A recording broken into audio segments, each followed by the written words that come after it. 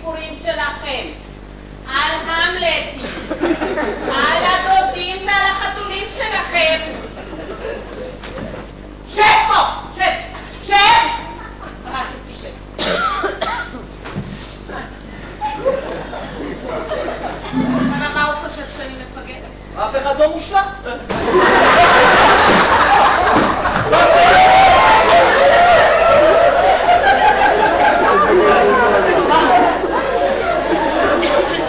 אני לא יכולה לצאת. מה? אני תקועה בחנייה. אני תקועה בבור לסטיישן שחור. אני מנסה כבר חצי שעה. קדימה, אחורה, קדימה, אחורה. ימין, רגל לשמאל, רוורס, לא מצליחה, לעזאזל. אין בעיה, אז זה, תעזור לך בחוץ. אין בעיה, לא ככה האמצעי שלי. אולי אם תהפכי את המשקפיים, אז אולי תספיק לצאת קדימה אחורה. זה הנהג של הסטיישן.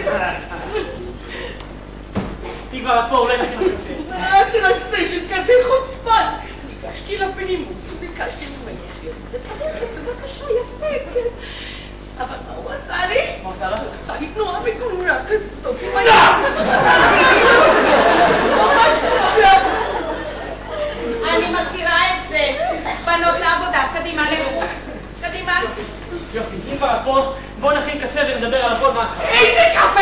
על מה אתה מדבר? אתה הכנת לי כל היום קפה, קפה, קפה. אני מוטרדת מבית המשוגעים הזה. יש לי עוד 3 פגישות היום, אלוהים, מה אני אעשה? אח שלי, מה? קוראים דברים. אוי, גבריאל, אתה מוכן בבקשה להתזמן?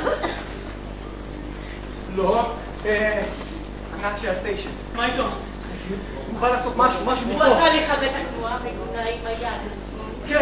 כן, הוא עשה... הוא בא לעשות פה משהו, זה בוריס, יופי. אולי תעזור לה, מה אתה אומרת? בבקשה, תזיז, אבל אני סבחתי שם לגמרי. תעשי לי טובה, נשמה, תזיז יד, הנה המפתחות, תשאירי אותם לסטויג'ה.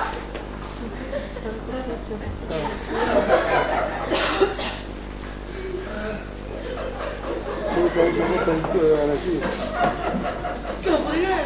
מה נשמה, מה?